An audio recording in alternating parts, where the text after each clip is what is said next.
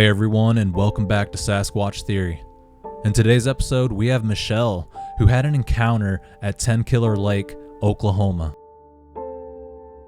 First off, I want to apologize to her just because we did this encounter a while back last year, and I never posted it just because when we did the interview, I did not realize my microphone was not selected, and the recording really turned out bad, on my end anyways. I think I had a bad connection and it caused me to interrupt a lot, but what can you do? Live and learn, right?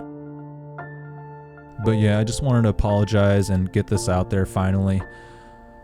We often hear reports where the Sasquatch will wait for people to go to sleep before making an appearance. The Sasquatch will go into our yards, walk around on the deck, and maybe sometimes even try to come inside the house. Alright, I don't want to spoil this video, so let's just jump straight into this next Bigfoot encounter from the state of Oklahoma.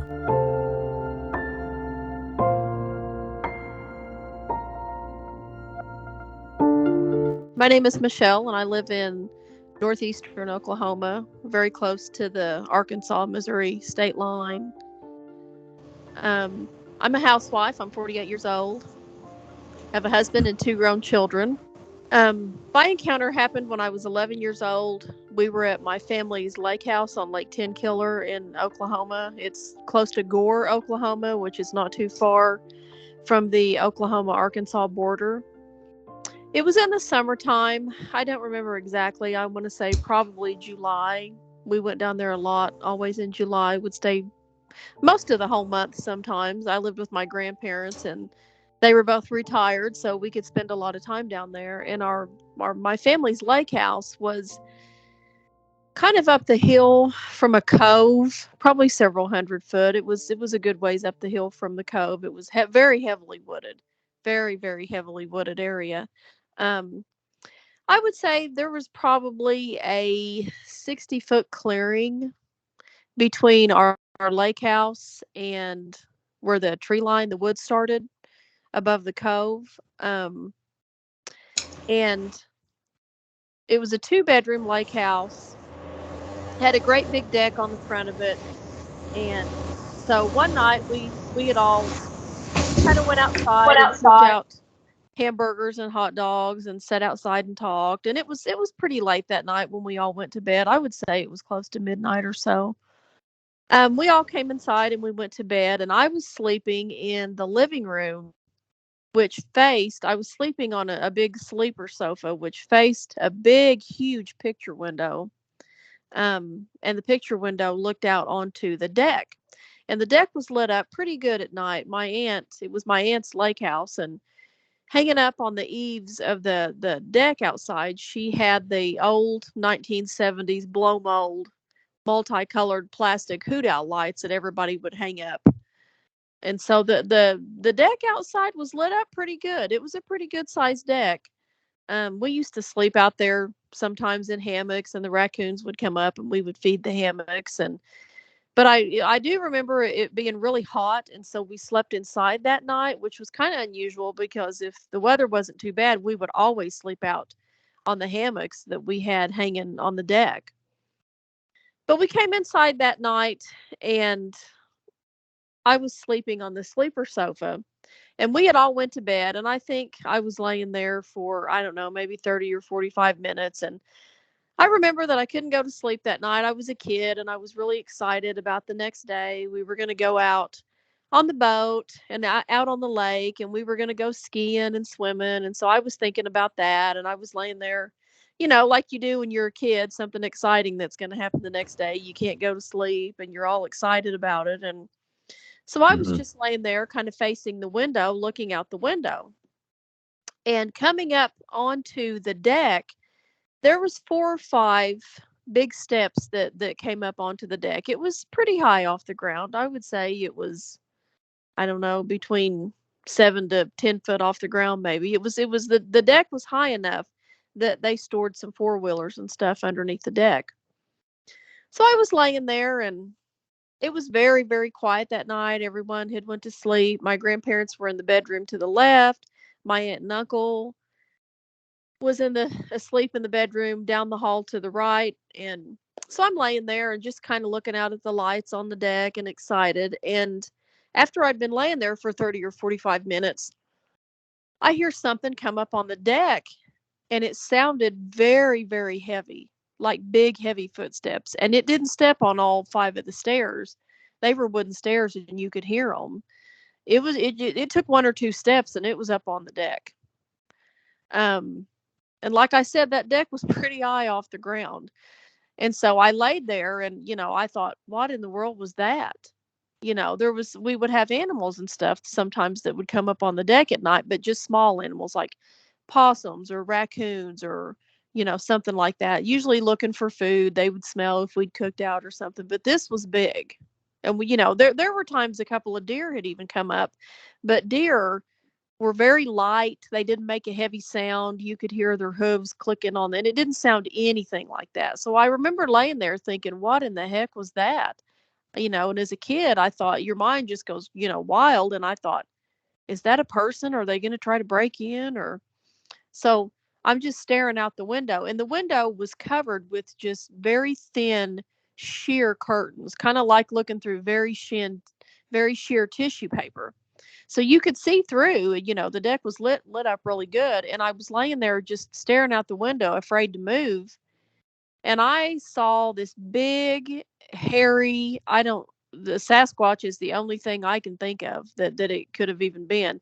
It was so big, it was bent over because it looked like it was too big to stand up straight on the deck. And I could see the outline of it really, really well because the lights out there, and it was covered in fur, just covered in fur. But all I could see was the outline and the shadow of it. I couldn't see the color of it, no detail, anything like that. But I just remember laying there thinking, what in the world is that?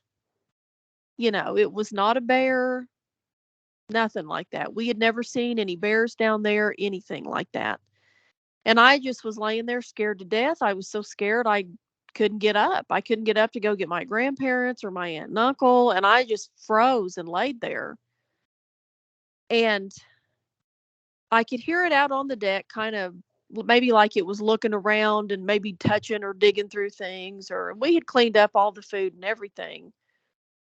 But we had a grill out there, so of course there's still food smells. And I'm laying there and I'm thinking, oh my gosh, what in the world is that? That's not a person, that's not a deer, I don't know what that is. And a few minutes later, there was a door to the right of me, an exterior entry door that come into the kitchen. And the kitchen and living room were 2 big open rooms, and I'm there in the living room. And all of a sudden on that kitchen door, I hear like just wham. I mean, it was so loud that it buckled the middle part of the door. It was a steel entry door. It was like a 4 or 6 panel steel entry door. And it buckled the middle of the door, shook the whole front of the cabin. I mean, shook the windows and everything. And after it did that, my aunt and uncle had a little dog. They had a little poodle. And it comes running in there just barking up a storm. And when the thing heard the dog barking, it took off. And I didn't even hear steps going down. It just leaped off of the porch. And so my uncle comes running in there. My grandpa heard it. He comes running in there. They're flipping on lights. And my uncle said, what in the world was that? And I said, something was out on the deck. And he said, what was it? And I said, I don't know, but it was great big and it had a lot of fur all over it. I said, I could see the outline of it. And my uncle, he just looked at me and he said, what the heck? And he looked at my grandpa and he said, go to the gun case and get a gun, and I'm going to open the door. My uncle had a gun case there in the corner by the door in the kitchen. So he grabbed a gun. My grandpa went over and grabbed a gun, and my uncle opened the door, and they went out there, and the door was just trashed. I mean, something had tried to kick this door open, but the kick, like the footprint or the big wrinkle, the messed up part in the door was right in the middle of the door. And I don't even, you'd have to be 6'5", to even get your foot up that high. And that was a big old heavy door. And there's no way that a person could kick that door hard enough to leave an imprint like it did in that door. So my grandpa and uncle, they go running out there, and my uncle looks and he's like, "What the heck?" And I remember when they went outside, my grandpa making a comment that it stunk really bad out there. And, you know, and like I said, I'm 48, now, and that was back when I was 11. So, I don't remember every single detail. They stayed up pretty late. We all stayed up talking about it. And they kind of had to jerry rig the door because the door was all buckled and messed up, and to get the door to shut again good. That took them a minute, to even get the door open because the door was so messed up. And I do remember the next day they had to go into town and get a new door and put a new door in because that door was just trashed, and there's no way a person could do that. So I remember the next afternoon I was sitting out on the deck with my grandmother and my aunt and my grandpa, and my uncle had went next door. There was an older couple, and I do remember their name was Jack and Jeanette, but I don't remember their last name, and I think they were from Oklahoma City. But they had moved down there pretty much year round. They stayed there. And my uncle had went next door to ask them if they had seen or heard anything. And of course, back then, this was probably 1984, 85, so nobody had trail cameras or outdoor cameras or security cameras or anything like that. But I remember he went over there. He said he was going to go over there and talk to them about it. So he came back and he was laughing, kind of chuckling to himself. And my aunt said, "Well, what did they say?" And he said, "Oh, they said it's a Bigfoot, that they'd seen it down at the tree line before, and that's why they don't leave their dog outside at night." And of course, my uncle's very skeptical, so he's just laughing and shaking his head. And I remember my grandma and grandpa just kind of looked over at each other because I had heard my grandfather talk about, that before. He was from Arkansas, way down deep in the woods and the hills in Arkansas. He was born down there and raised, and he had kind of talked about that stuff before and seeing things when he was a kid and things his family had seen. And so, I remember on the car ride home, we ended up going home. It spooked my grandmother so much. She said, "We're going home." She said, "I'm not staying another night down here." So we left and went home, and they, it was a couple hour car ride home. And so they talked the whole way on the car ride. And my grandma, she said, "That's absolutely what that was." And she said, "It's going to be a good long while," she said, "before I ever go back down there again." And it was. I mean, we used to go down there every weekend, every other weekend, and we didn't go back down there for quite a while. I mean, it really spooked me. I didn't want to go back down there, and it really spooked my grandparents. Yeah, yeah, I could see that. Yeah. And that's about as far as that encounter. I've had two happen to me in my lifetime, and as far as that one, that's about all that I can remember. About that one. But they never found any hair or blood or anything like that, but it annihilated that steel door, and I can't think of anything other than a big bear that could mess a steel door up like that. Yeah. Well, if you would just go right into your next encounter, and I'll have some questions towards the end. Okay. Hmm. The next encounter that I had, I was about 14 years old, and it was in Eureka Springs, Arkansas. I had went down there with my mother and my stepdad, and we went down there, and it was pretty late one evening. Probably it was dark. I mean, I'd say it was 9 o'clock at night or later. And my stepdad had model trains and things like that. He loved that kind of stuff, and so we had never ridden that. They have a train that you can ride down there, passenger train, and we had never ridden the train. And so he said, "Well, I want to go tomorrow and ride the train." He said, I want to go down and see what times that, the train is going to depart." So we went down there, and there was a parking lot across the street from the train station. And the parking lot on three sides was surrounded by big hillside, very, very tall, big hillside, and very, very heavily wooded. Um, when you pulled into the parking lot, immediately to the left, there was a big billboard, a big lit up billboard that was up on the hillside. And so me and my mother, we stayed in the truck. We had a truck with a camper on the back. We stayed in the truck. He got out and went across the street to look at the board for the times for the train departure for the next day. So me and my mom, we were sitting there, and she was kind of looking over at him, watching him. And I looked up at the billboard. And when I looked up at the billboard, there was a Sasquatch looking right at us. I could see its head. I could see its face. I couldn't see any other part of its body because it was back in the trees. But what caught my eye is I was looking up at the billboard, the lights shining up on the billboard, and a tree, kind of a bushy tree looking thing to the right of it, I saw it move. So I kind of turned my eyes, and looked, and it was looking right at us. And it looked like a cross between a gorilla and a man, is what it looked like. It had a rounded head, very dark, complected. I could see, some fur on its head.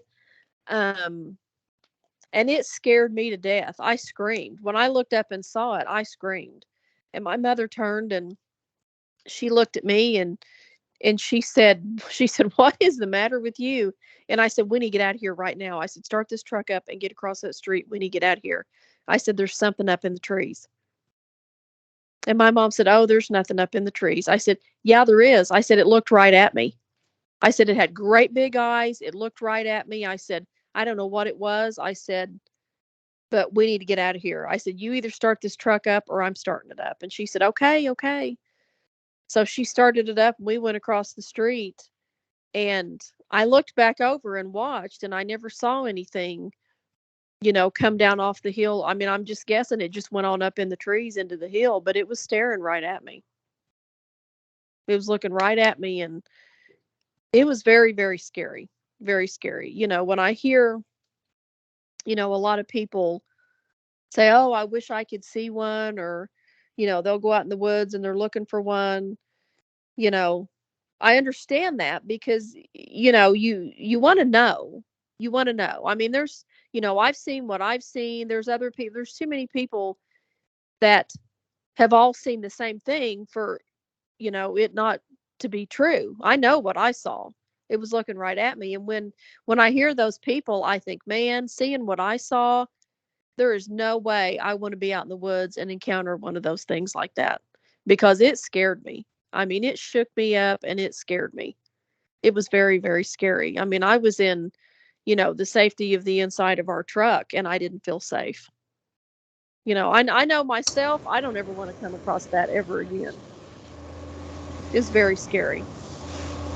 Yeah. Okay.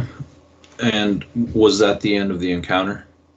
Yeah. Yeah. We drove across the street. My mom drove across the street and he come up to the truck and, my mom told him, that I saw something and he kind of laughed and chuckled Mm-hmm. and then we left, but I know what I saw. It was staring right at me. It looked right at me. It was watching us. Yeah. Yeah. And I believe you.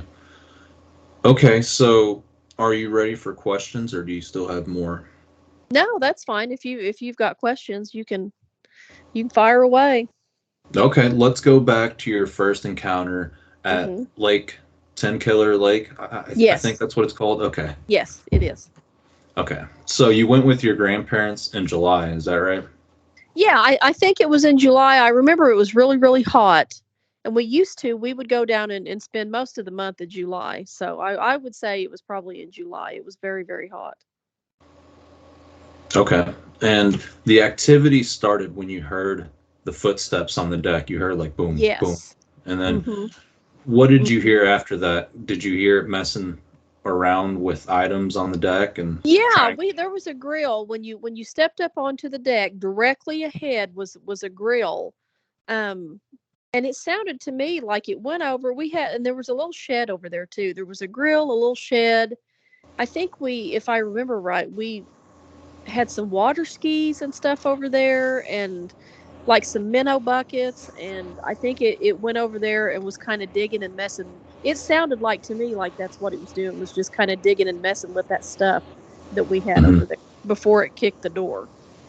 Okay. And when you first saw it, you noticed this hairy silhouette, kind of like a man, but way Yes. bigger. And you Oh, said it was huge. it Yeah. was bent over.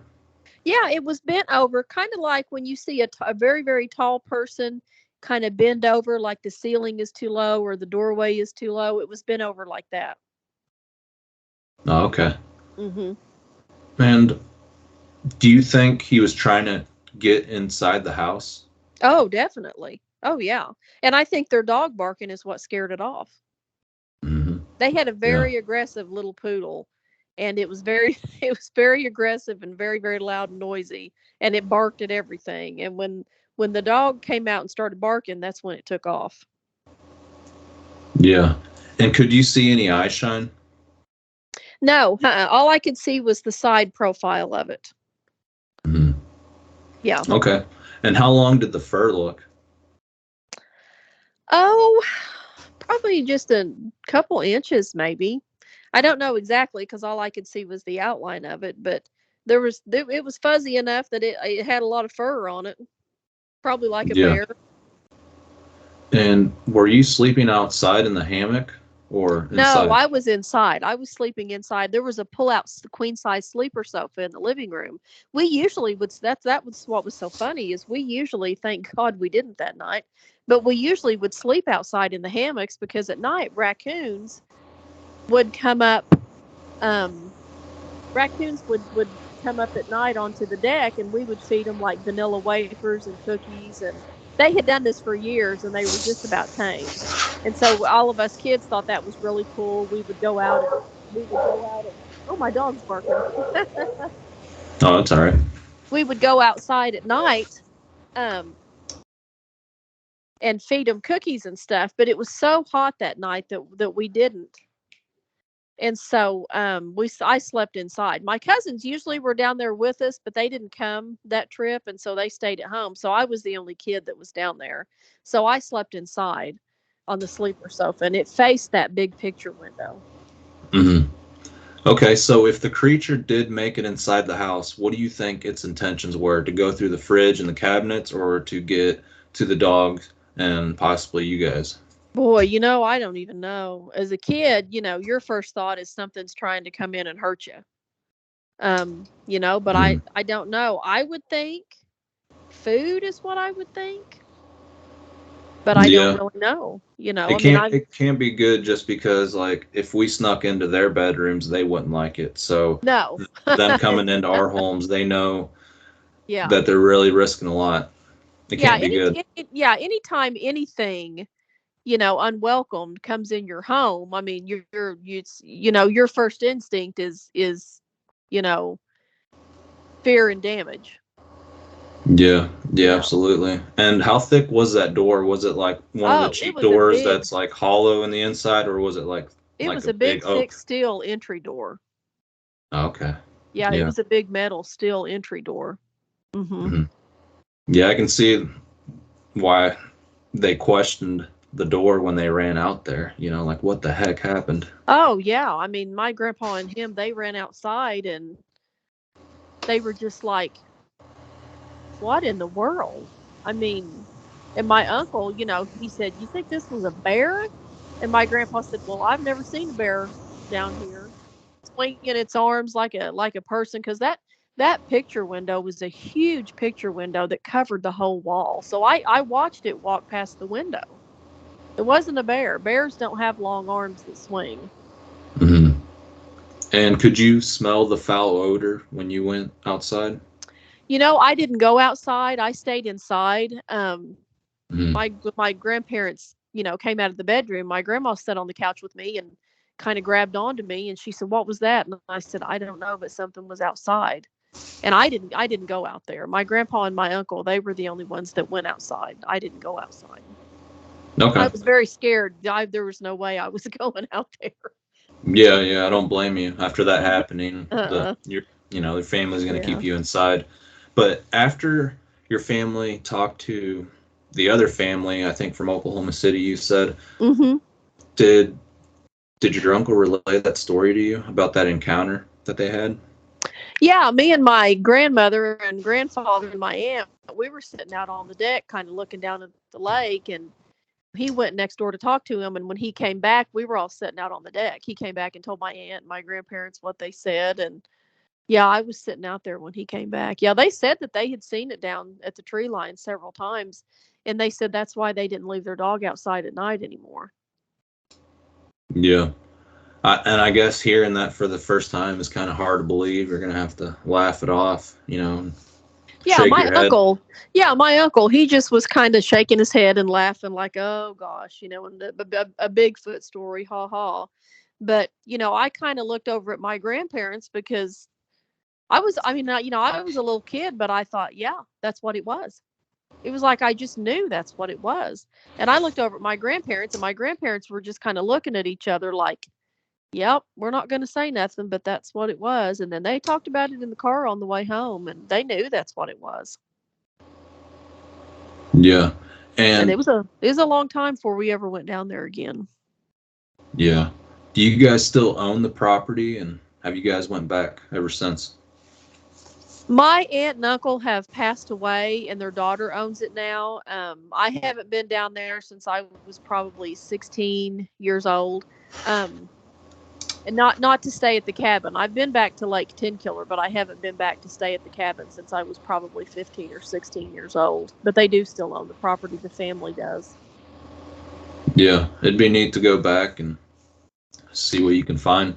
Yeah, it would. Yeah, we went back actually just a few weeks ago, but we just went down to see my other aunt and uncle, and we went out on their boat on the lake, and they have a different cabin, so we went to that one. And but yeah, I haven't been back to that one in a long time.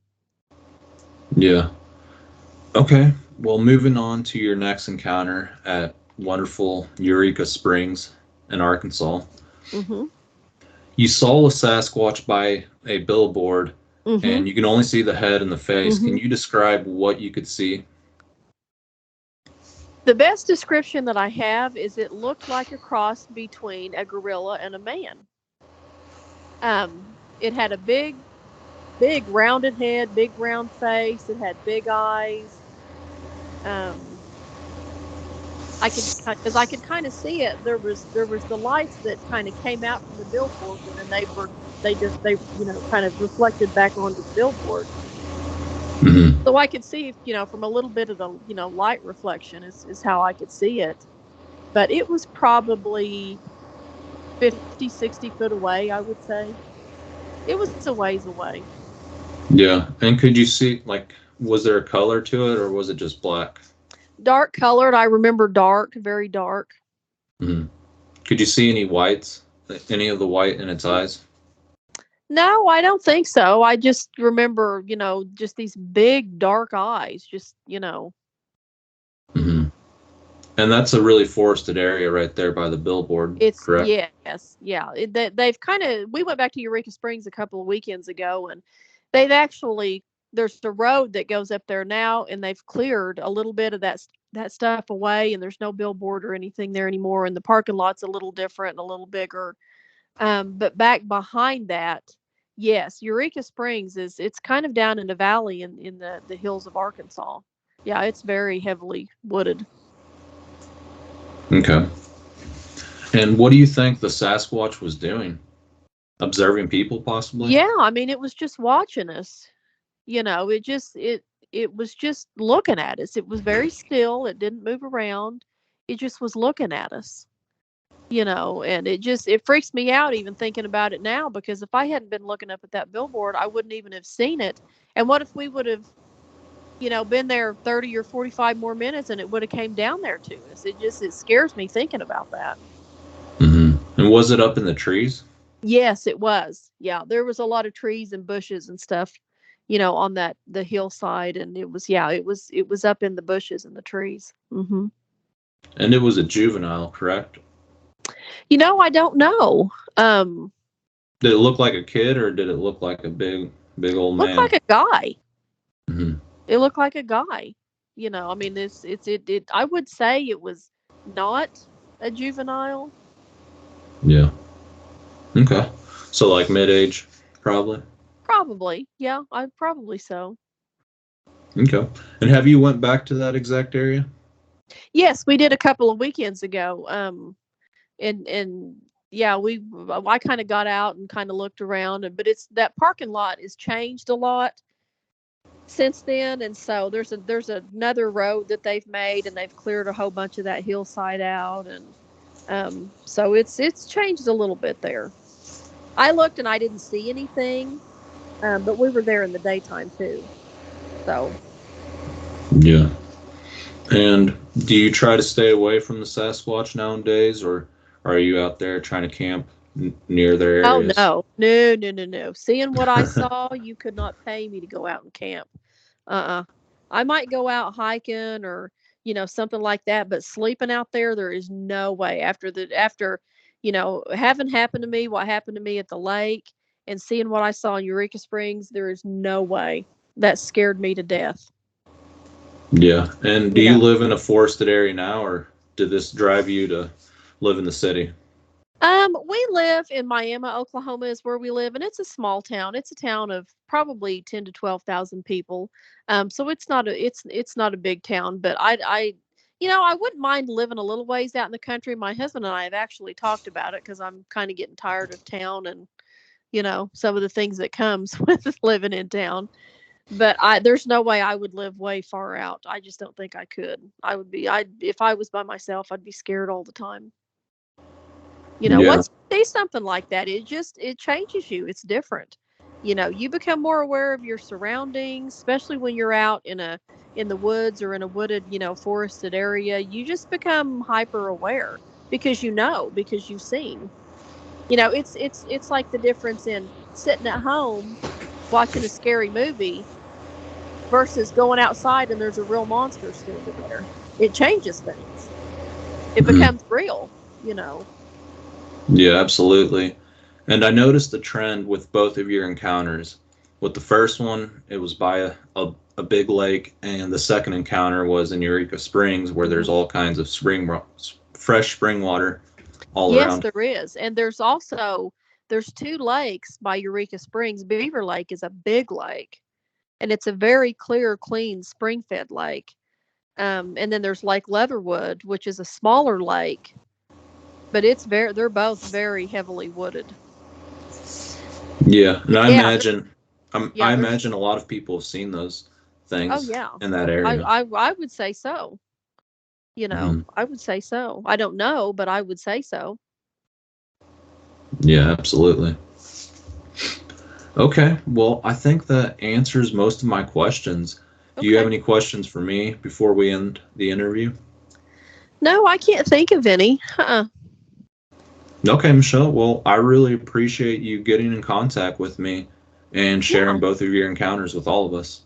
Sure, yeah, no problem. I enjoyed it. And if I ever see anything else or, run across anything, I'll definitely get in contact with you and let you know. And cuz it's just man, I don't even know. It's so different, when you hear people talk about stories and wives' tales and urban legends and all that. You just kind of roll your eyes and you're like, yeah, whatever, that's cute. But then when it happens to you, it's a little bit different. Yeah, absolutely. These I mean, things are living in people's backyards, basically. yeah, they are, I mean, and it's, the world's become more populated and urban areas have spread out and, I don't know. I don't know what they are. I don't know where they come from. I have no idea, but I know that they're there because I mean, was staring at me square in the eyes. So, Yeah, I've absolutely. always been very skeptical of things. I need to see proof of things and I'm a very logical person but I'm telling you, once you see something like that, it changes you. Yeah, absolutely. You don't laugh at it anymore. Yeah, it doesn't matter what they are or where they came from or how long they've been here. You know that the only thing that matters is they're living out there in the forest, and Absolutely. That is that. an absolute fact. Mhm. Yeah. Okay, Michelle. Well, it was really good speaking with you, and You too. it was a really good interview, and I appreciate it. Yes, you're welcome. All right, well, I'll let you go, and you have a good rest of your day, and we'll talk soon. You too. Thank you. hmm Bye. Bye-bye. Thank you again, Michelle, for taking the time to get in contact with me and for sharing your report openly on Sasquatch theory. It does sound like it was trying to come in the house, and I wonder what would have happened if the men were not around. Was it trying to simply scare you guys so you would leave the area, or did the creature have other plans? It makes you wonder why certain people are targeted by the Sasquatch. I've also heard many sighting reports where people say it was in their house or in the barn. I am glad you and your family are okay, and it could have certainly been a lot worse. All right, thank you so much, guys, for listening to the channel and to everyone who has supported me in the past. If you have a Sasquatch encounter you would like to share, please contact me at sasquatchtheory@outlook.com. Be safe, everyone, and take care.